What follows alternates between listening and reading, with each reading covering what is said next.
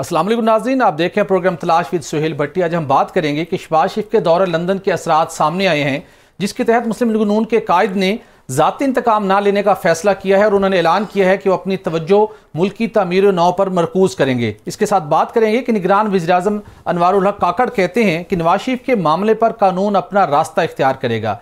ये कानूनी रास्ता मुमकिन तौर पर क्या हो सकता है।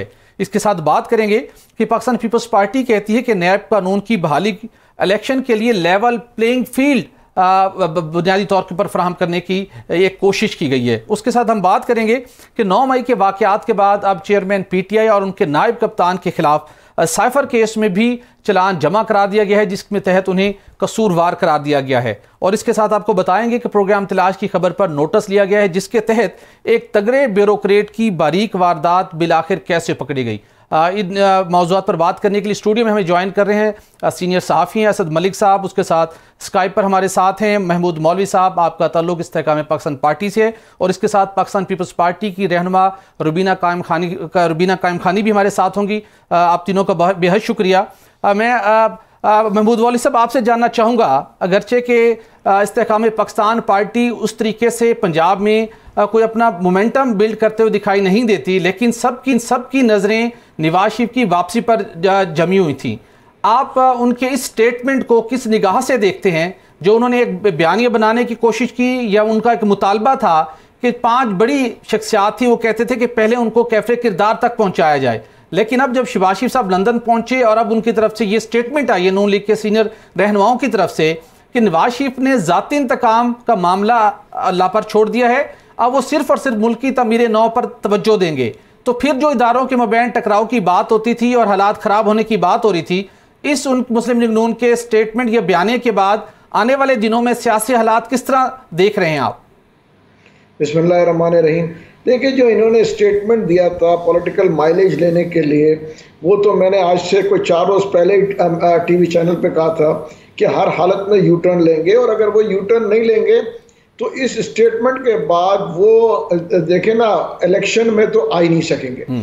उसकी वजह यह है कि देखें, जिन शख्सियात के वो नाम ले रहे थे, अगर उनको वो कहेंगे कि उनको कटहरे में लेके आओ और उनको अरेस्ट करो, तो ये मुमकिन नहीं है। उसकी वजह यह है कि देखें, वो जो है इसी चीज़ों के ऊपर तो नवाज शरीफ साहब पहले जा चुके हैं। अगर जो है इस्टेब्लिशमेंट के अगेंस्ट आप जो है लड़ना चाहेंगे और मुल्क के मफाद को नुकसान पहुंचाएंगे, तो इस मुल्क में आपके लिए इलेक्शन की कोई जगह नहीं है, चाहे कोई भी हो। एग्जाम्पल हमने देख लिया है, नवाज शरीफ साहब के खुद की पिछली हुकूमत देखी, उसके बाद इमरान खान की हुकूमत देखी। देखिए, हमें सियासत करना चाहिए लोगों के, जैसे आज वो कह रहे हैं ना, लोगों के मफाद में, मुल्क की तरक्की में, लोगों के मसाइल हल करने में, स्टेबिलिटी लेके आने में, इकनॉमी को स्ट्रॉन्ग करने में, इन चीज़ों पे हम सियासत करें। हम अगर हमारे ही फौज के पीछे पड़ जाएंगे तो ये जो है एक्सेप्टेबल किसी को नहीं है। बिल्कुल सही। ये बयानिया अगर वो लेके चलेंगे, तो ये मैं बता दूं कि वो अगर इस बयानिया के ऊपर उन्होंने ज़्यादा जोर दिया तो उनके वापस आने के भी चांसेस बहुत कम हो जाते हैं। बिल्कुल सही। असद मलिक साहब, मैं आपसे जानना चाहूँगा, अगरचे कि जब नवाज शरीफ साहब की स्टेटमेंट आई, जब उन्होंने कार्रवाई का मुतालबा किया, तो सियासी मुबस्सरीन इसको और बड़े क्रिटिकल एंगल से देख रहे थे, लेकिन शहबाज शरीफ साहब की काफ़ी रंग लाई हैं। अब इसहाक डार साहब की जो स्टेटमेंट सामने आई, तो अब वो कहते हैं कि नवाज शरीफ साहब तो सिर्फ मुल्क की तामीर नौ पर तवज्जो मरकूज़ करेंगे। लेकिन सवाल ये है कि जो सारा प्रोसेस हो रहा है, अल्टीमेटली उन्होंने वापस आना है। निगरान वज़ीर-ए-आज़म भी कहते हैं कि वो वापस आएंगे तो कानून अपना रास्ता इख्तियार करेगा। आपने इस सारे केस को कवर किया, उनकी अपील हाई कोर्ट में पेंडिंग है। जब वापस आते हैं तो कानूनी रास्ता क्या है, और नून लीग को क्या कानूनी रास्ता अडॉप्ट करना पड़ेगा, थोड़ा सा अगर हमारे नाज़रीन को आप एक्सप्लेन कर सकें। जी, बहुत शुक्रिया सुहेल भट्टी साहब। जो मियां नवाज शरीफ हैं, उनके और जो बाकी जो लोग बाहर जिनके ऊपर केसेस थे और वो वापस आए और उन्होंने अदालतों से जमानत जी पे प्रोटेक्टिव बेल ली, फांसी जमानत साहब ने फांसी जमानत ली, सलमान शहबाज ने फांसी, लेकिन उनके केस में और इनके केस में फ़र्क ये है कि इनको जो है वो ये सज़ा याफ्ता है 2 नायब के रेफरेंसेस में, एक अल-अज़ीज़िया में और एक जो दूसरा है वो एवनफील्ड रेफरेंस में। और फिर इसके अलावा इनके जो है वो केसेस, एक तोशा खाना की जो व्हीकल का एक केस था गाड़ियों का, जिसमें आसिफ जरदारी साहब और गिलानी साहब हैं, उनमें भी ये मुलजिम है, उसमें भी ये प्रोक्लेम्ड ऑफेंडर है। तो उसमें तो खैर कोई नहीं, वो जब आप कोई इन्वेस्टिगेशन है या कोई केस चल रहा है, जब आप अदालत में सरेंडर करते हैं तो फिर अदालत जो जज है वो उसका इख्तियार होता है कि वो आपको बेल ग्रांट कर दे। लेकिन जो इसमें जिन केसेस में सज़ा हुई है इनको, उसमें वो बेल नहीं होती, वो बेसिकली सस्पेंशन ऑफ सेंटेंस होता है कि आपको जो है वो कन्विक्शन आपकी बरकरार रहती है लेकिन आपकी जो सज़ा है वो मुअत्तल की जाती है। तो एक में तो इनकी मुअत्तल हुई थी एवनफील्ड रेफरेंस में, वो तो टिल एट द टाइम के वो डिसाइड होनी थी अपील उस वक्त तक थी। तो दूसरे में जो है वो 6 हफ्ते की थी इनकी बेल। बाद में फिर उसको पंजाब गवर्नमेंट ने करना था लेकिन उन्होंने पंजाब गवर्नमेंट ने एक्सटेंड नहीं किया। तो इसमें जो मुझे थोड़ा बहुत पता चला है कि मियाँ साहब जो हैं वो अब जब आएंगे तो पहले एक, चूँकि वो सज़ा की जो खिलाफ जो अपीलें हैं वो इस्लामाबाद हाई कोर्ट में 2 उसमें, तो वहाँ पर जो है वो अपीलें प्रोटेक्टिव बेल के लिए करेंगे। और उसमें जो इनिशली जो है वो ये होगा कि उनका जो टिकट का वो है, टिकट की कॉपी वगैरह के आने की जो उनकी डिटेल है वो हिफाजती ज़मानत लेंगे पहले, ठीक, कि हमें 1 हफ्ते की 2 हफ्ते की कोई हिफाजती ज़मानत दें, तो उसको अदालत हफ्ते 1.5 की दे देती है। 10 दिन ज़मानत मिल जाएगी, हिफाजती ज़मानत तो मिल जाती है ना, बिल्कुल ठीक। तो उसके बाद वो अदालत के सामने, उसके बाद वो अदालत में आएंगे, लेकिन अब फिर उनको अपने दोबारा से सस्पेंशन ऑफ सेंटेंस के लिए एक अपना अप्लाई करना। बिल्कुल ठीक। रुबीना कायम खानी साहब, आप सुन सकती हैं हमें? जी, मुझे आ रही है जी। रुबीना साहब, अब जानना चाहूँगा, मुस्लिम लीग नून ने तो तय कर लिया है कि हमने एस्टेब्लिशमेंट के साथ लड़ाई नहीं करनी, टकराव का माहौल नहीं बनाना और मुल्क की तमीर नौ पर तवज्जो मरकूज करनी है।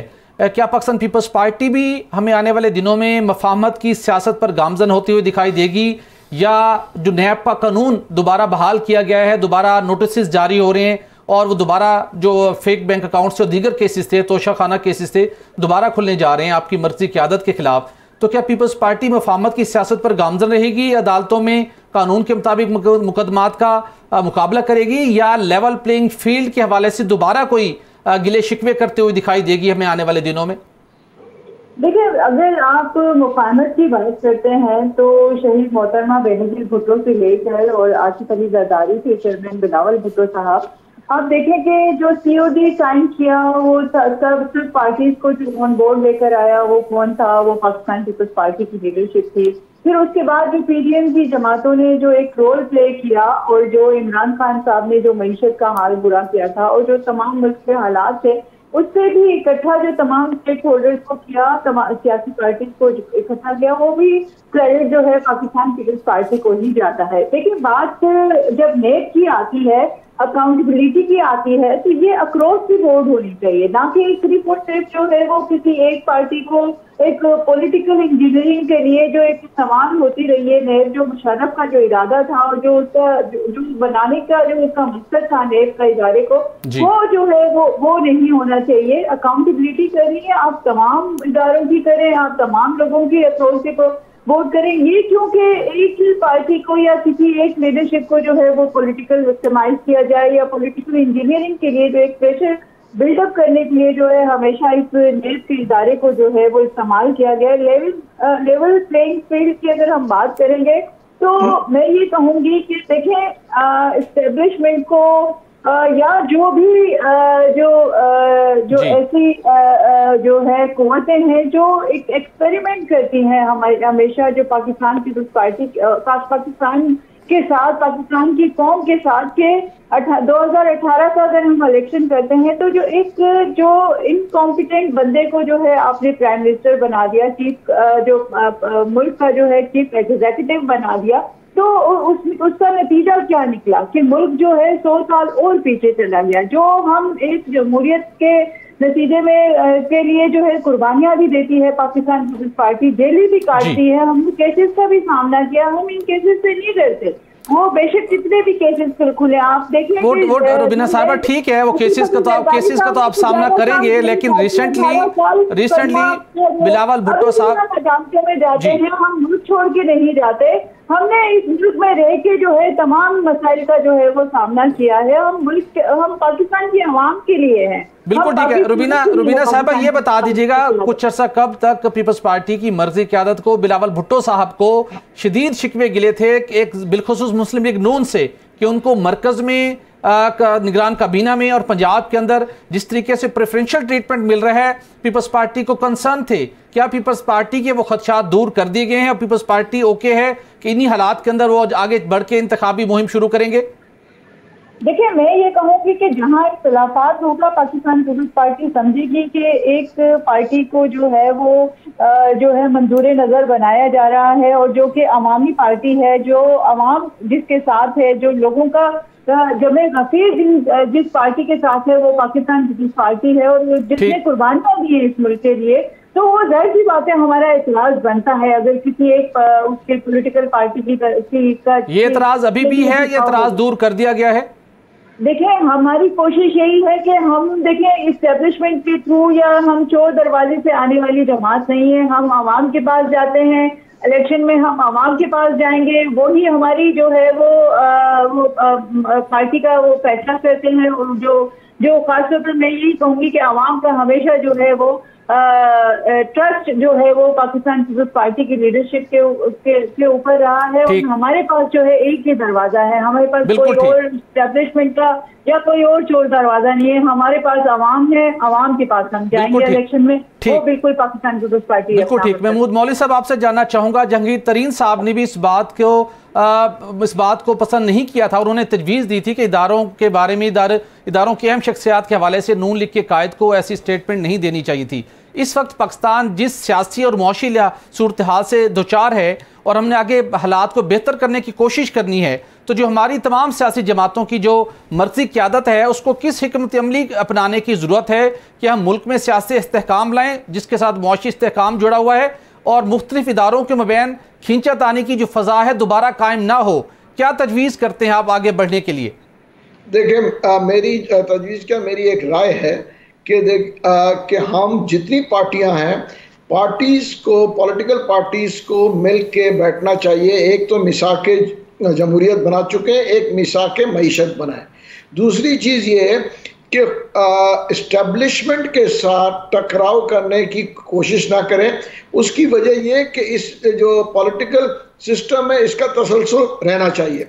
ठीक, अगर हम इस्टेब्लिशमेंट के साथ उलझते रहेंगे तो देखिए इस वक्त हमारे पास बैरूनी ताकतें भी जो है वो भी जो है पाकिस्तान के दुश्मन बने हुए हैं, तो हमें उनको सपोर्ट करना चाहिए और आवाम के लिए काम करना चाहिए। लोगों के लिए जो इश्यूज हैं, पॉलिटिकल जो इश्यूज हैं, उसके अलावा इकनॉमी इश्यूज हैं, इतने सारे मसाइल हैं, उनके तरफ हम तवज्जो नहीं दे रहे। हम अब तवज्जो अभी तक हमारी ये है, एक दूसरे, पहले तो मैं कहूँगा एक दूसरे पे इल्ज़ाम तराशी ख़त्म करें। हम सालों साल से जो हम एक दूसरे के ऊपर इल्ज़ाम तराशी करते हैं, बदकिस्मती से फिर हम वो टेबल पे साथ बैठते हैं, तो ये बड़ा मज़ाक़ेज़ नज़र आता है कि हम आज तो टेबल पे बैठे हैं, फिर हम कल जब पावर से उतरेंगे तो हम एक दूसरे की बुराई करेंगे। इन चीज़ों को लेके चलना चाहिए।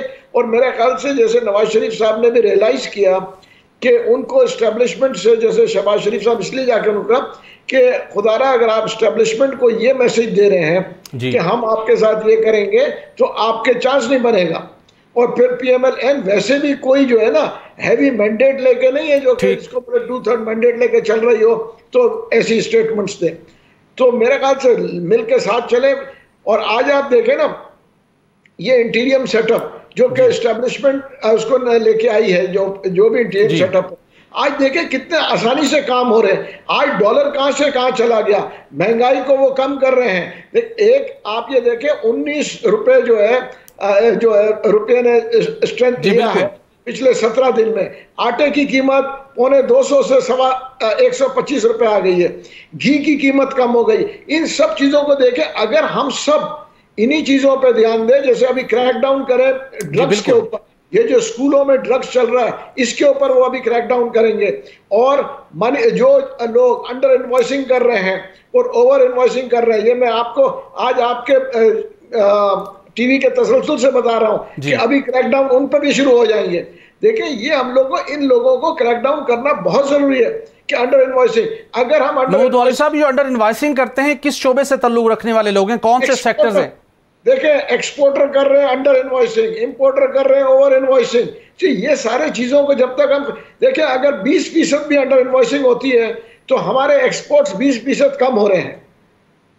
तो इन चीजों को अभी चेक हो रहा है और मेरे ख्याल से ये क्रैकडाउन बहुत जल्द शुरू हो जाएगा। ठीक, तो इन चीज़ों के ऊपर भी बिल्कुल ठीक, ज़रूरी है, क्रैकडाउन होना चाहिए। और जो सिविल मिलिट्री रिलेशंस में तनाव आता है वहीं से सूरत खराब होती है। और अब उम्मीद यही की जा रही है कि ऐसा कॉम्बिनेशन बनेगा जिसके नतीजे में आने वाले दिनों में ऐसी खींचातानी दोबारा हमें देखने को शायद ना मिले। असद मलिक साहब, आपसे जानना चाहूँगा, साइफर केस के हवाले से बड़ी डेवलपमेंट आज हुई है जिसके अंदर चेयरमैन पीटीआई और उनके नायब कप्तान शाह महमूद कुरैशी साहब के खिलाफ चलान जमा करवा दिया गया है, जिसमें बताया गया है कि आजम खान साहब समेत कई दीगर गवाहान ने 161 और 164 के जो बयानात है वो अपने रिकॉर्ड करवा दिए हैं, जिसके अंदर उस चलान में चेयरमैन पीटीआई को और उनके नायब कप्तान को साइफर केस के अंदर कसूरवार करार दिया गया है। हमें बताइएगा कि आप इस केस का ट्रायल आगे किस तरह आगे बढ़ेगा और इनके बयानात के बाद क्या इम्प्लीकेशंस आ सकती हैं इस केस के हवाले से। जी सुहेल भट्टी साहब, इसमें इस तरह से था कि साइफर केस में जो इमरान खान साहब हैं उनकी दरख्वास्त ज़मानत जो है वो चल रही थी और उस पर कोई फ़ैसला जो है वो कोई आने का इम्कान था। लेकिन अब ये नई डेवलपमेंट जो हुई है, ये जो चालान आ गया, तो फिर उस पर चालान आने के बाद एक ये चीज़ अज्यूम की जाती है कि अब तो प्रोसिक्यूशन का सबसे बड़ा वो स्टांस फिर ये होता है कि देखें जी चालान आ गया है तो अब हम इसको कंक्लूड करेंगे और हम इसको जो है वो ख़त्म कर देंगे केस को। तो इस्लामाबाद हाई कोर्ट में है जो ज़मानत की जो दरख्वास्तें हैं, तो फिर अदालतें देखती हैं कि अच्छा चालान आ गया है तो इसमें फिर वो कुछ टाइम एक कुछ थोड़ा बहुत एक शेड्यूल कर देती हैं, या बाज़ औक़ात वैसे ही उनको एक एक्सपेक्टेशन के साथ उसको डिस्पोज ऑफ करती हैं कि आप इसको डिसाइड कर दें। तो अब इसमें जो है वो टोटल कोई उन्होंने कुछ 26-27 गवाहान जो है वो उनका लिखा है, लेकिन जो मटेरियल विटनेस के ऐसे विटनेसेस जो कि उनको पेश किया जाता है जी, वो तकरीबन को 9-10 ही हैं। ठीक, जिनमें आज़म खान साहब जो है वो स्टार विटनेस है, तो असद उमर साहब भी जो है वो इस पे अपना बयान जो है वो रिकॉर्ड करके उन्हें तो नॉमिनेट नहीं किया गया। नहीं, असद उमर साहब जो है वो तो ऑलरेडी उनका उन्होंने, आपको याद होगा, प्रेस कॉन्फ्रेंस भी की थी जी। तो वो ऑलरेडी बेल पे भी हैं। तो वो मेरे ख्याल वो जो उनका चलान में कसूरवार ना ठहरना वो उस प्रेस कॉन्फ्रेंस का एक नतीजा हो सकता है। मेरा तो देखें, अब तो आप सारी चीज़ें जो है वो महमूद मौलवी साहब क्या कह रहे हैं कि आप पाकिस्तान में रह के तो आप एक ख़ास उस एंगल पे ही अपनी पॉलिटिक्स कर सकते हैं और चल सकते हैं। तो असद उमर साहब को जो है वो अभी क्योंकि चालान जो है वो उन्होंने डिस्क्लोज़ नहीं किया, सिर्फ उसकी कुछ डिटेल्स वगैरह आई, तो असद उमर साहब शायद उसमें एक कोई गवाह के तौर पे उनको बुलाया जाएगा। अगरचे कि ये इमरान खान साहब के ख़िलाफ़ गवाही नहीं देंगे, लेकिन जो कैबिनेट में मीटिंग हुई थी जिसमें उन्होंने कहा था कि इसको हम ओपन करेंगे, साइफर आया कहाँ गया, किस तरह से गया। जी बिल्कुल ठीक। तो ये है मतलब सेक्शन 5 और 9 इस्तेमाल हुआ ऑफिशियल सीक्रेट एक्ट का, उसकी मुमकिन तौर पर उस कानून की सज़ा क्या है? अगर 3 से देखिए, आपको याद होगा ये ऑफिशियल सीक्रेट एक्ट अभी गुज़िश्ता दिनों अमेंड भी हुआ था। ये आरिफ अलवी साहब का एक कंट्रोवर्सी भी बनी थी, उन्होंने कहा मैंने तो नहीं साइन किया, लेकिन वो उन्होंने रोके रखा, उन्होंने उसको वापस भी नहीं भिजवाया था। तो खैर वो अब कानून बन चुका है, उसमें तकरीबन 3 से लेकर 14 साल तक जो है वो सज़ा होती है, साबित हो जाता है, जुर्म साबित हो जाए। लेकिन इसमें आप देखिए कि बाज़ लोग इसको बड़ा लाइट ले रहे हैं कि ये साइफर, लेकिन आप देखें कि जो ट्रंप हैं जो अमरीकी सदर है, उनको भी चार्ज जो लगा, उनको भी अरेस्ट हुआ गया। उस पर भी ये था कि कोई जो ये क्लासीफाइड डॉक्यूमेंट्स थे वो उन्होंने डिस्क्लोज किए। तो ये कोई इतना सिंपल नहीं है। और जैसा पाकिस्तान की तारीख का बड़ा संगीन केस है। रुबीना साहब, आपसे जानना चाहूँगा, नैब के केसेस खुल चुके हैं पाकिस्तान पीपल्स पार्टी की शख्सियात के खिलाफ, क्या आने वाले दिनों में पाकिस्तान पीपल्स पार्टी कुछ शख्सियात को भी प्रेस कॉन्फ्रेंसेस पर मजबूर करने का इम्कान है? ठीक है, मैं यही कहूँगी कि हमने ये पहले भी ये जो नैब की तरफ से जब भी कोई भी केसेस बनते हैं, और वो एक, मैंने जैसे अभी पहले कहा कि एक पॉलिटिकल इंजीनियरिंग होती है और इसमें कोई हकीकत नहीं होती, लेकिन प्रेशर करने के लिए पॉलिटिकल पार्टीज को जो है वो ये जो है वो चीज़ें इस्तेमाल की जाती हैं। लेकिन बहरहाल आप देखें कि जब भी अगर नैब ने बुलाया, अदालतों में बुलाया, जो भी हुआ, हमने जो है वो हम हाजिर हुए। हम कभी मुल्क छोड़ के भागी नहीं है, हमने कभी डील नहीं की है। हमने जो है वो आप देखें कि जिस तरह से फरियाद तारपुर साहिबा के साथ हुआ, और वो ईद की रात जो है वो उठा ली जाती है और उसके बाद क्या होता है कि उनके ऊपर वो प्रूफ ही नहीं होती है केस। तो मतलब इस तरह का जो प्रेशर है वो पाकिस्तान पीपल्स पार्टी के लिए इसके साथ होता रहा है। रुबीना साहब, वैसे साइफर केस को भी क्या पॉलिटिकल इंजीनियरिंग का केस तस्वर करती है, किस निगाह से देखती है पाकिस्तान पीपल्स पार्टी? साइफर केस की तो अगर आप बात करते हैं, जो एक पेपर इमरान खान साहब जो है वो उसको हवा में लहराते रहे जिसमें हकीकत नहीं थी, और जिस तरह से उन्होंने एक बयानिया जो है वो अपना वो बनाया कि हमारी पार्टी के खिलाफ जो है वो हमारी हुकूमत को जो है वो गिराया जा रहा है, और जिस तरह से एक प्रोपेगेंडा किया इमरान खान साहब ने, तो मैं ये बिल्कुल ठीक इसकी इन्वेस्टिगेशन होनी चाहिए। क्योंकि मतलब इस तरह का अगर कोई भी पॉलिटिकल लीडर हो या कोई भी इदारा हो ना, मैंने जैसे कहा अक्रॉस दी बोर्ड जो है वो इस तरह की। बिल्कुल ठीक रुबीना साहब, बिल्कुल ठीक। मैं आपका पॉइंट आ गया। मैं सवाल करूंगा महमूद मौलवी साहब से, वक्त भी कुछ कम है। महमूद मौलवी साहब, जिस तरीके से साइफर केस अब फास्ट ट्रैक पे आगे बढ़ रहा है, 1 से 2 माह में कंक्लूड हो जाएगा। 9 मई के वाकयात के ऊपर भी 11 केसेस थे, उनमें भी चलान जमा हो चुका, चेयरमैन पीटीआई को कसूरवार करार दिया जा चुका है। तो जिस टाइम के ऊपर ये फैसले आएंगे तो क्या ये सवालात नहीं उठेंगे कि चेयरमैन पीटीआई को और उनकी कुछ मर्जी क़यादत को इलेक्शन से बाहर रखने के लिए इन केसेस को फास्ट ट्रैक पे परसू किया गया और फैसला इलेक्शन के आसपास जाके फैसला आया, तो बहुत से सवालात नहीं उठेंगे? नहीं, मेरा कहना है, देखें इसको, ये देखें 9 मई का वाकया जो है बड़ा क्लियर एंड कट केस है।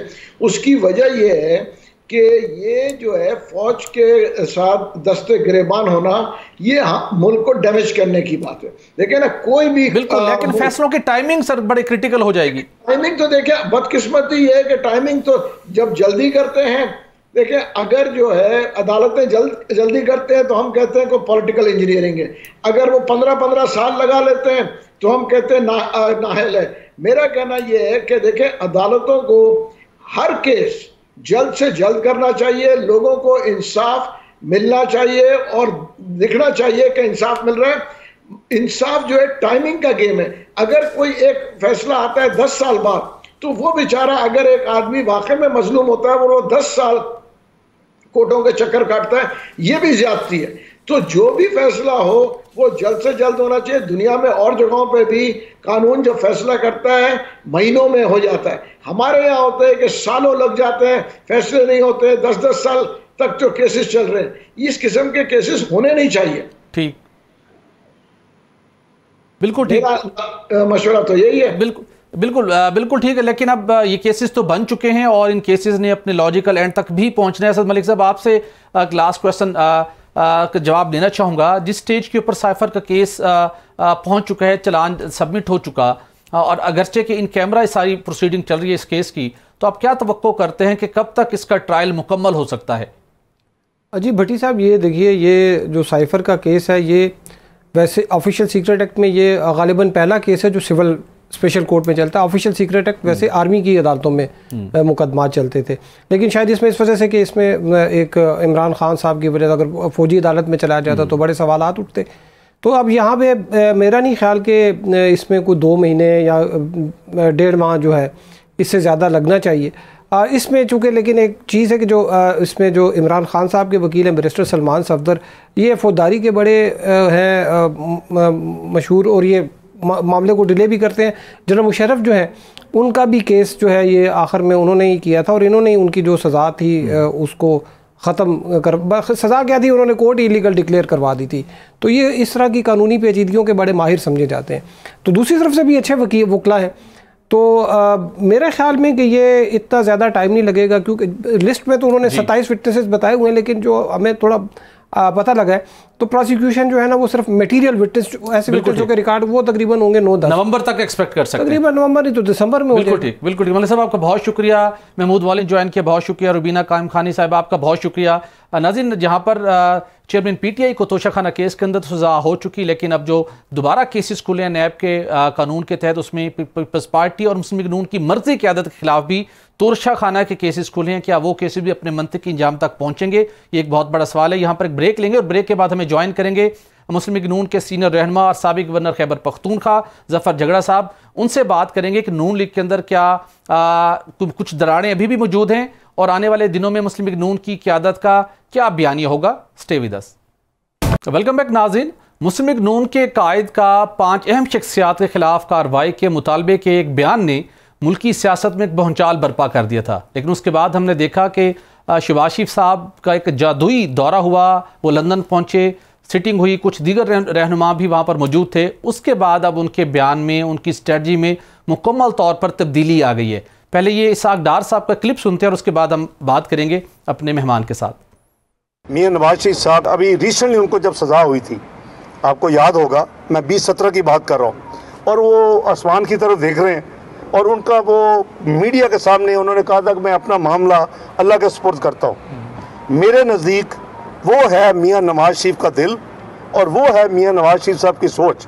और ये दो आपके पास चॉइसेस हैं, आप मुल्क को ठीक करने में लग जाएं या आप अपने इंतकाम और उन चीज़ों के सेटलमेंट में लग जाएं। जी नाज़रीन, हमें ज्वाइन किया है मुस्लिम लीग नून के सीनियर रहनुमा हैं, साबिक गवर्नर खैबर पख्तूनख्वा ज़फ़र जगड़ साहब। जगड़ साहब, आपका बहुत शुक्रिया, आपने भी ये स्टेटमेंट सुनी।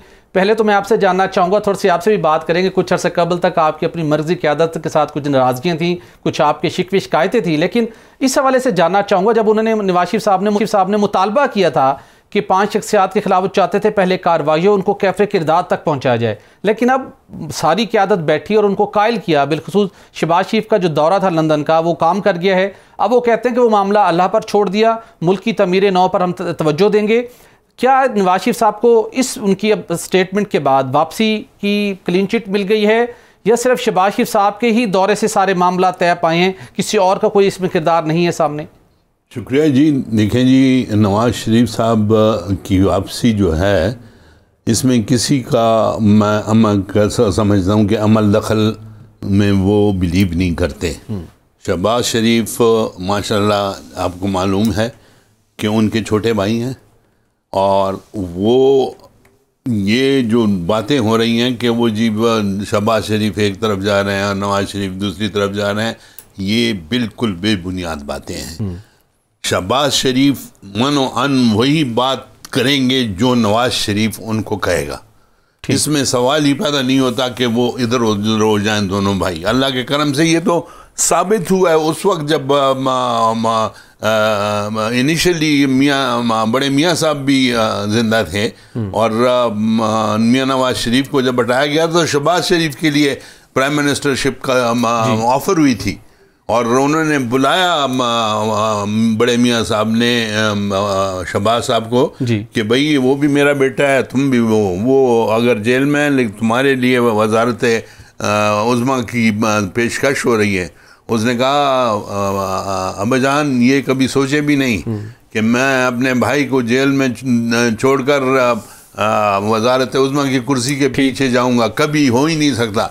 तो ये सिचुएशन आज भी अल्लाह के करम से एग्जिस्ट कर रही है, और उनको इसमें तो कोई शक नहीं है। लेकिन ये भी ज़रूर है कि जब भी एस्टेब्लिशमेंट के मबैन, नवाज शरीफ के एस्टेब्लिशमेंट के मबैन कभी कोई तल्लुकात में उतार चढ़ाव आता है तो हमेशा फायर फाइटिंग शहबाज शरीफ साहब ही करते हैं, इसमें कोई दूसरी राय नहीं। लेकिन अब जो मामला तय पा गए हैं उसके मुताबिक आपको क्लैरिटी है कि 21 अक्टूबर को नवाज शरीफ साहब लाहौर लैंड कर रहे हैं? जी हाँ, बिल्कुल जी। 21 अक्टूबर का उन्हें बड़े क्वार्टर से ये भी कहा गया कि ये जो केसेस खुल रहे हैं आपके खिलाफ जी, तो इसमें जाहिर है कि आपको जब आएंगे तो गिरफ्तारी होगी और आप अदालत में जाएंगे और प्रोटेक्टिव बेल की वो करेंगे, ये चीज़ें उनके सामने लाई गई। लेकिन उन्होंने कहा कि भाई 31 अक्टूबर पे मैं नहीं रुकूंगा जी, आप जो भी कहें, मैंने आना है, मैं जेल से नहीं डरता जी, मैंने पहले भी साबित किया। लेकिन सवाल ये है कि जो मुस्लिम लीग नून का बयानिया था वोट को इज्जत दो, फिर हमने देखा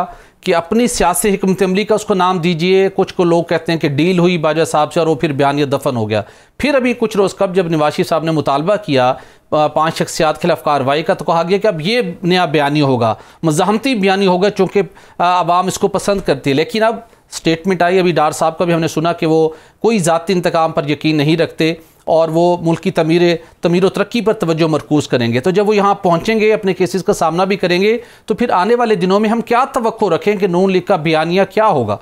नून लीग का बयानिया कभी मियाँ नवाज शरीफ अपनी बयानिया से न कभी पीछे हटे हैं न आज हटे हैं, लेकिन in the larger interest of the nation वो एक मुल्क में आने के लिए और यहाँ पर मामलात को संभालने के लिए वो अपेरेंटली शायद एक लाइन वो करें, अडॉप्ट करें, लेकिन बयानिया उनका है, मौजूद है, रहेगा और आप देखेंगे इसमें इंशाल्लाह कोई फ़र्क आपको नज़र नहीं आएगा। देखें, नवाज शरीफ वो लीडर हैं जिसको आज भी मुल्क में अवाम जो है ये उम्मीद रख रहे हैं कि अगर पाकिस्तान का मुस्तकबिल संवारना है तो नवाज शरीफ को लाना है। लेकिन जो पुराने लोग हैं वो आज खड़े हैं, जिस तरह आपने देखा जगर साहब, पुराने आप तो खड़े हैं, लेकिन आपको पार्टी ने शुकाज नोटिस भी जारी किया, उसकी क्या सिचुएशन है कि अभी भी आपकी पार्टी के साथ कोई नाराजगी गिले शिकवे हैं? ये सब मामला तब तय हो चुके हैं? हमारे गिले शिकवे सिर्फ ये हैं, ऐसा नहीं है कि हम उसको रंग दिया गया कि जी ये ग्रुपिंग कर रहे हैं और PMLN को वो कर रहे हैं, स्प्लिट कर रहे हैं। मैंने उस टॉक शोज में कहा है, मैंने कहा कोई ऐसी बात नहीं है, हम आज भी नवाज शरीफ के सिपाही हैं जी। जो हुक्म वो देगा हम उसको कहेंगे, लेकिन हमारा सिर्फ एक ही मुतालबा है कि पुराने लोगों को अहमियत दो, नए लोगों को सूबा सरहद में जो मुस्लिम लीग का हाल हो गया है उसमें जो लोग किरदार अदा कर रहे हैं उनको आप बेशक यहाँ सेंटर में वज़ीर आज़म बना दें, हमें कोई उससे गरज नहीं है, लेकिन सूबा सरहद में अगर मुस्लिम लीग को ठीक करना है तो उसकी वहाँ पर जो लोकल क़यादत है मुस्लिम लीग की उसमें तब्दीली लानी होगी। हमें किसी से वो नहीं है, हमने यही कहा है कि तो क्या इस तब्दीली के हवाले से पार्टी ने आपकी बात को वेटेज दी और क्या आप इस वक्त अमीर मकाम साहब के जो पार्टी पोजीशन है उसको आप तस्लीम करते हैं, उनके साथ चलने को तैयार हैं? देखिए जी, अमीर मकाम साहब का आप किसी से पता कर लें कि अमीर मकाम साहब को यहाँ लाने में मैंने एक किरदार अदा किया है। ठीक, जब वो इंजीनियरिंग करके निकले थे उस दिन से अभी तक जो किरदार मैंने अदा किया है, मुझे लोग ये भी कहते हैं कि ये तो आप लेकर आए थे। मैंने कहा बिल्कुल, मैं आज भी उनका एहतराम करता हूँ जहाँ तक उनकी ज़ात का ताल्लुक है, लेकिन जहाँ जमात की इंटरेस्ट आ जाएगी, पार्टी इंटरेस्ट आ जाएगी, वहाँ मैं ज़रूर ये करूँगा कि अगर वो ज़ाती ताल्लुक हमारा है वो कायम रहेगा, लेकिन जहाँ पार्टी का इंटरेस्ट आ जाए और उसमें मुझे उनके मुकाबले में आने पड़ा, मैं ज़रूर बात करूँगा, उनसे रिक्वेस्ट करूँगा कि खुदा के लिए अगर इस जमात को बचाना है तो तुम हमारे जो लाइन है उसमें यही है कि पुराने लोगों को अहमियत दें, उनको आगे लेकर आएँ। लेकिन आपकी तजवीज़ बहुत अच्छी है, असूली तौर पर होना भी यही चाहिए, लेकिन हम देखते हैं कि हमारी सियासी पार्टियों में ये बेंचमार्क तस्लीम नहीं किया जाता। अब हम देखते हैं कि मीर मकाम साहब की आपकी मर्कज़ी क़यादत, बिलखसूस आपकी चीफ ऑर्गेनाइज़र के साथ उनकी पॉलिटिकल बहुत गहरी वाबस्तगी है, उनको वेटेज दी जाती है, लेकिन मेरा नहीं ख्याल, या क्या अब अभी आप समझते हैं कि आपकी मर्कज़ी क़यादत अपने उस फैसले पर नज़रसानी कर सकती है जिसके ज़रिए से अमीर मकाम का रोल किसी खैबर पख्तूनख्वा के दीगर आपकी जमात की किसी और सियासी रहनुमा को मिल जाए? क्या ऐसा मुमकिन है अभी? बिल्कुल मुमकिन है, लेकिन उसमें एक शर्त ज़रूर है जी, वो होगा इंशाल्लाह, ज़रूर होगा, लेकिन जब मियां नवाज शरीफ साहब पाकिस्तान पहुंचेंगे और इंशाल्लाह वो 21 अक्टूबर का इंतज़ार है हमें, वो आएंगे और वो कभी हमारी जो बात है उसको इंशाल्लाह नज़रअंदाज करने वाले नहीं हैं। उन्होंने बाकायदा, हमारे एक बहुत ही अच्छे दोस्त भी हैं और पार्टी में अहम किरदार है उनका, नासिर भट्ट साहब, हमेशा उनके साथ आजकल वही होते हैं, लंदन में आपको नज़र आता होगा, तो उनको भेजा था मेरे पास, बातचीत भी मेरी हुई और महताब साहब का भी हुआ था, लेकिन हमने कहा कि ठीक है, जब वो आएंगे हम उनसे बात करेंगे, हमें तो कोई नवाज शरीफ के सिपाही हैं, रहेंगे, और जिस तरह वो हमें जो लाइन देंगे हम उसके ऊपर ज़रूर चलेंगे। तो आप तवक्को रखते हैं, और अगर आपके इस मुतालबे को, आपकी इसकी तजवीज़ को आपके कायद ने तस्लीम ना किया और कोई मसलहत आड़े आ गई, तो फिर आपका पॉलिटिकल कैरियर कहाँ स्टैंड करेगा नून लीग के साथ, बिलखुसूस खैबर पख्तूनख्वा में? देखिए जी, अगर वो तस्लीम नहीं करते, पहले तो ये मैं इसमें बिलीव नहीं करता, इंशाल्लाह वो तस्लीम करेंगे, लेकिन जिस तरह आपने कहा सपोजिंग वो तस्लीम नहीं करते, हम जाएंगे कहीं भी नहीं, लेकिन हम अपनी जगह में बैठे रहने तो आएंगे, हम होंगे नून में, नून से मैं बिस्तर मर्ग तक कोई मुझे हटा नहीं सकता, ये मैं आपको लिख के दे सकता हूँ जी। ये मेरी फिर आप और आपके साथ दीगर जो साथी शरीक हैं जो आपके इस मौसूली मौके पर आपके साथ हैं, फिर वो क्या वो इलेक्शन भी लड़ेंगे नून की टिकट पर? देखिए, नून के टिकट पे इलेक्शन, अगर नवाज शरीफ साहब किसी को नून का टिकट देते हैं, उससे इनकार करना मेरे उसमें किताब में तो नहीं है। मुझे वो कहेंगे कि नून के टिकट पे लड़ो, नून के टिकट पे लड़ूंगा, कहेंगे टिकट नहीं देता हूँ, लड़ो, इंडिपेंडेंट लड़ते हो तो लड़ो, उनके कहने के मुताबिक करूँगा। वो कहेंगे नहीं लड़ना, मैं नहीं लड़ूंगा। बिल्कुल ठीक। अच्छा सर, आप एक सीनियर सियासतदान हैं, बड़ी सियासी बसीरत रखते हैं, पाकिस्तान के बहुत से सियासी अदवार को आपने बहुत करीब से देखा। आने वाले दिनों में जो सियासी मंजरनामा बन रहा है, उसके अंदर एक सियासी जमात को या उसके सरबराह को इलेक्शन में हिस्सा लेने से रोकने को आप किस निगाह से देखते हैं? क्या सबको इक्वली मौका मिलना चाहिए, या आप समझते हैं कि नहीं, केसेस बन गए हैं, इस दफ़ा वो इंतज़ार करें अपनी बारी का, और इस मरतबा हम मुस्लिम लीग नून जिस पोजीशन पे आगे बढ़ रही है और जो लेवल प्लेइंग फील्ड आपको रिक्वायर्ड थी वो मिल गई और उसके मुताबिक आप प्रोसीड करेंगे? देखिए, ये बात करना मैं हमेशा कहता हूँ कि किसी को रोकना इलेक्शन से, किसी को जमात से बाहर करना, ये बिल्कुल जमहूरियत इसकी इजाज़त नहीं देता। लेकिन जमहूरियत ये भी कहती है जी कि आईन और कानून के नज़र में अगर एक आदमी मुजरिम है जी, तो मुजरिम को आप फिर जी उसके मुताबिक, आईन के मुताबिक उसको ट्रीट करेंगे जी। आईन कभी भी मुजरिम को इजाज़त नहीं देता कि वो आ जाए और इलेक्शन भी लड़े और उसको आप खुला छोड़ दें। वो उसके मुताबिक होगा, हालात के मुताबिक होगा, हालात का क्या तकाजा है, मुल्क में आवाम क्या चाहती है, ये सारे नुक्ते जो हैं ये अंडर कंसिडरेशन लाए जाएंगे और in the larger interest of the nation जो भी फैसला होगा इंशाल्लाह हमें भी मंजूर होगा और लीडरशिप को भी वो मंजूर लेकिन करना ऐसे रहनुमा जिनके खिलाफ कोई कन्विक्शन नहीं हुई, क्या उनकी राह में रुकावटें खड़ी करना, उन्हें आज़ादाना तरीके से इंतखाबी मुहिम या इलेक्शन में हिस्सा देने से रोकना, उसको फिर आप किस निगाह से देखें? वो ठीक नहीं है, बिल्कुल ठीक नहीं है। जिनके खिलाफ कुछ वो नहीं है और वो इलेक्शन में आ रहे हैं और कोई उनको रोक रहा है, तो मेरे ख्याल में कि ये जमहूरियत के ऐन मुताबिक भी नहीं है और हमारा आइन भी उठा के देख लें, वो इसकी इजाज़त नहीं देता। ओके, आइंदा इलेक्शन कब होते आप देख रहे हैं? अगर इलेक्शन कमीशन पाकिस्तान ने जनवरी के आखिरी हफ्ते का कहा है, लेकिन आने वाले दिनों में आप क्या देखते हैं? पहले ये कहा जाता कि दोबारा एक मखलूत हुकूमत बनेगी, आप क्या देखते हैं कि कोई एक या दो पार्टियां मिलकर हुकूमत बनाने में कामयाब हो पाएंगी जिस तरह की सियासी सूरत हाल है, या दोबारा हमें माजी करीब की तरह जिस तरह PDM के अंदर तमाम जमातें शरीक थी उस तरह का कोई हमें मंजरनामा मिलेगा? जी देखें, बात यह है कि वक्त के साथ ये बातें सामने आएगी। एट दिस मोमेंट आप कुछ प्रिडिक्शन नहीं दे सकते, लेकिन जिस तरह आपने कहा ये पॉसिबिलिटीज़ हैं, वो PDM की सूरत में भी बन सकती हैं, एक दो जमातों की सूरत में भी बन सकती हैं। पीपल पार्टी और नून का पहले भी एक चार्टर ऑफ डेमोक्रेसी मौजूद है, वो चार्टर आज भी उसको बहुत अहमियत दी जा रही है। और उस चार्टर में कौन था? उसमें मैं सेक्रेटरी जनरल था उस वक्त RD का। राइट। सारा कुछ मेरे सामने हुआ है, UK में बैठकर हमने इस पे दस्तखत किए हैं, मेरे दस्तखत, और अमीन फ़हीम खान चेयरमैन था, मैं सेक्रेटरी जनरल था, हमारे दस्तखत उस पे मौजूद हैं। ऊपर मियाँ साहब और पीपल्स पार्टी फिर दोबारा इत्तेहादी हो सकती है मुस्तकबिल नून लीग की? बिल्कुल जी। देखें, सियासी जमातों में इत्तेहाद जो है वो कभी भी आप नज़रअंदाज नहीं कर सकते। वो जब हमारा हर एक से इत्तेहाद हो जा सकता है बशर्ते कि वो कौमी मफाद, PTI से भी इत्तेहाद हो सकता है अगर कौमी मफाद उसका तकाजा करती है, क्यों नहीं कर सकते हम। लेकिन कौमी मफाद, national interest must be supreme.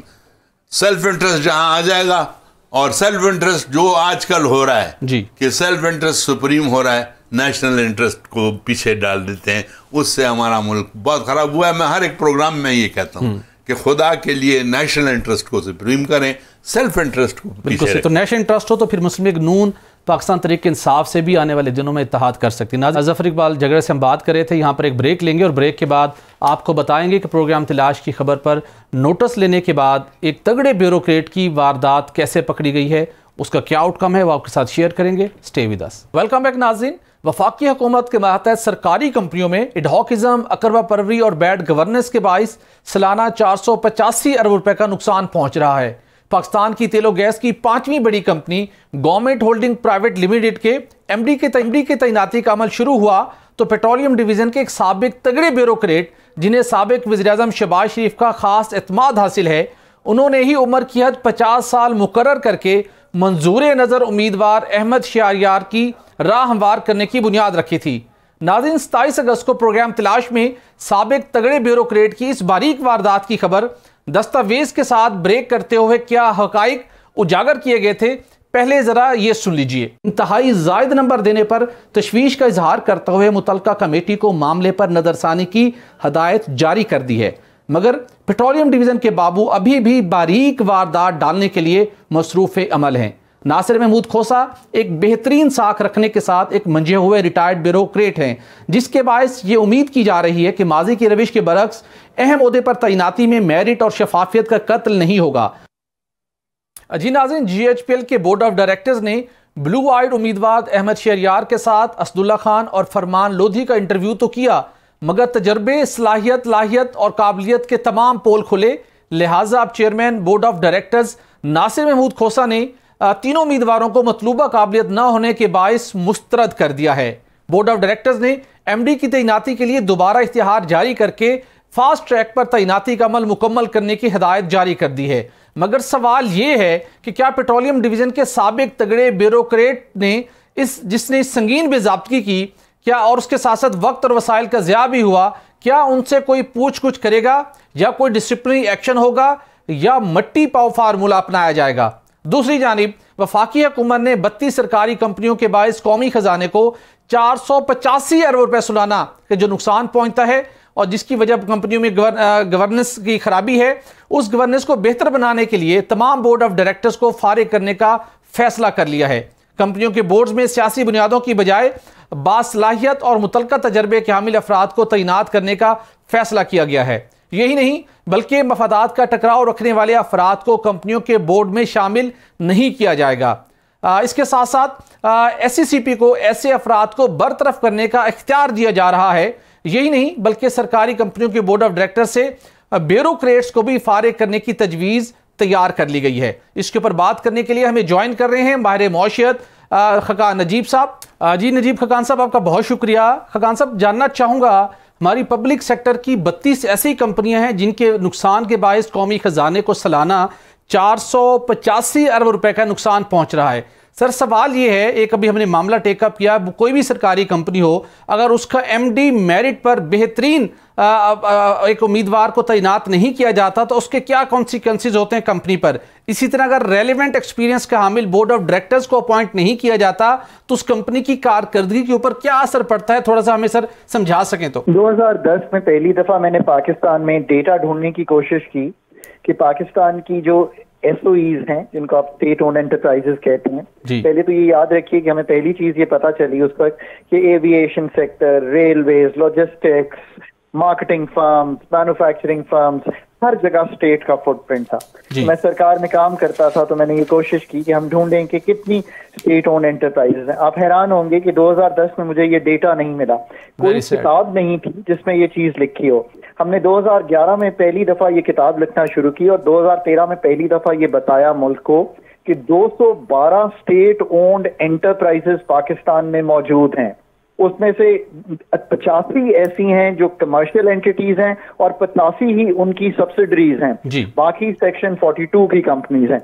तब से लेके आज तक, जब तक मैं सरकार के साथ रहा, मैंने ये किताब लिखी।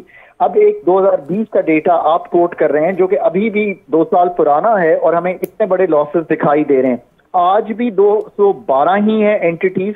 अब उसमें हमने उस वक्त सजेस्ट किया कि पाकिस्तान की इनके बोर्ड जो हैं वो अलहदा लगाइए, यानी कि इंडिपेंडेंट बोर्ड लगाइए, प्रोफेशनल्स को लाइए, पर हम ये कामयाबी से नहीं कर सके। One has to be honest about it.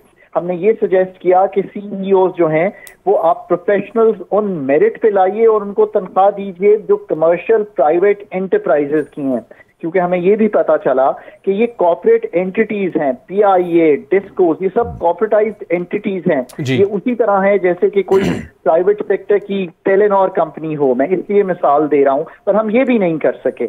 अब हम वहां खड़े हैं जहां एनर्जी सेक्टर के भी लॉसेस हैं। PIA का पिछले साल का 88 बिलियन का लॉस है। इन 6 माह का लॉस जो अभी गुजरे हैं 2023 के जून में खत्म हुए 60 बिलियन का लॉस है, बल्कि 61 बिलियन का, और पीआईए का डेट एंड लायबिलिटी 743 बिलियन की है जी। इसको समझिए। हमें ये एंटरप्राइजेस इन दी इमीडिएट तो जरूर बोर्ड्स एंड सीईओ से कुछ बेहतरी आ सकती है, पर ये बेहतरी ऐसी नहीं होगी कि हम इनको पायदार बुनियादों पर एज कमर्शियल एंटिटीज चला सकें।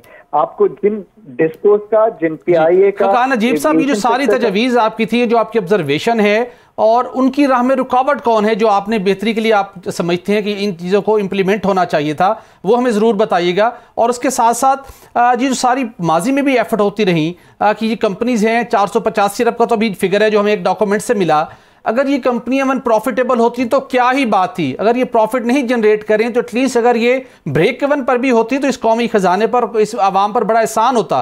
तो जो सजेशंस हैं, जो स्टेप्स हैं, उनकी इम्प्लीमेंटेशन में रुकावट कौन है? तो आप यूं समझिए आप कि पहले तो ये कोई समझ ही नहीं सकता था कि एक एंटिटी का काम है कि वो अपने शेयर होल्डर का जो रिटर्न है उसको मैक्सिमाइज करे, वो अपनी एफिशिएंसी बढ़ाए और जो सर्विस डिलीवरी है उसको इम्प्रूव करे। ठीक, मैंने इतना ज्यादा इनको डील किया, फिर हमने इसको इम्प्रूव करने के लिए एक और काम किया। हमने एक कॉर्पोरेट गवर्नेंस रूल्स 2013 में लिखे। Exactly. उस कॉर्पोरेट गवर्नेंस रूल्स का मतलब था फॉर स्टेट ओन्ड एंटरप्राइजेस, 2016 में अपग्रेड किया। और जैसे आपने प्रोग्राम शुरू किया उसमें यही कहा कि ये बोर्ड कैसे इंडिपेंडेंट होंगे, पर सिस्टम में रहते हुए ये काम उस वक्त भी मुश्किल था। कुछ कदरे बेहतरी हुई, 2 से 3 बार हमने पीआईए को रिस्ट्रक्चर करने की कोशिश की, इसको उसको रिस्ट्रक्चर करने की कोशिश की, पर इतना वेस्टेड इंटरेस्ट है, और ये वेस्टेड इंटरेस्ट सिर्फ पॉलिटिकल नहीं है, लोग एकदम उस पर चले जाते हैं, विद इन दी ऑर्गेनाइजेशन इतना वेस्टेड इंटरेस्ट है, फिर एक अपना सिविल सेटअप का एक वेस्टेड इंटरेस्ट है। प्राइवेट सेक्टर का भी सिविल वेस्टेड इंटरेस्ट है सर इस मामले में, प्राइवेट सेक्टर से? देखिए, प्राइवेट सेक्टर जो है उसके साथ compete करना उस पीआईए का जिसके डिसीजंस इतने तेजी से एमिरेट्स के लिए जा रहे हों, कतर के लिए जा रहे हों, उस पीआईए के लिए जिसमें हर डिसीजन जो है वो मिनिस्टीरियल लेवल पे जाके खत्म होता हो, ये नामुमकिन है। पाकिस्तान को अब ये समझना है, और मैं ये बहुत अच्छे से फिर समझ गया था ये बात कि रीस्ट्रक्चरिंग का एक थोड़ा इम्पैक्ट तो आ सकता है, बट लास्टिंग इम्पैक्ट नहीं होगा। पाकिस्तान को प्राइवेटाइजेशन किए बगैर इन मसलों को हल करना नामुमकिन था, पर उसके लिए प्राइवेटाइजेशन कमीशन में भी काबिलियत, सलाहियत, उनका अपना बोर्ड ठीक होना, उनकी अपनी मैनेजरियल लेवल ठीक होना, उनका अपना एक चेयरमैन ऐसा आना या चेयरवुमन ऐसी आनी जो मिनिस्टर से भी अलहदा हो, जो आके ये काम कर सके। मैं आज भी कहता हूं, वरना आप मुझे 6 महीने साल बाद इंटरव्यू करेंगे, मैं तब भी कहूंगा कि पहले प्राइवेटाइजेशन कमीशन की काबिलियत और सलाहियत को स्ट्रेंथन कीजिए और कौम को तैयार कीजिए कि प्राइवेटाइजेशन के बेनिफिट्स हैं। मैं आखिरी बात ये करूंगा कि 2 चीजें हमने प्राइवेटाइज की हैं पाकिस्तान में, एक बैंकिंग सेक्टर और एक टेलीकॉम सेक्टर। ये दोनों कामयाब मिसालें हैं पाकिस्तान की। Let's go that way in the energy and in the aviation sector. Khaqan साहब, बहुत शुक्रिया आपका। कौम को एतमाद में लेने की जरूरत है और उसके साथ निज का डिवीजन को उसको भी स्ट्रेंथन करने की जरूरत है। नाज़रीन, प्रोग्राम का वक्त खत्म हो जाता है, इजाजत दीजिए, अल्लाह हाफिज।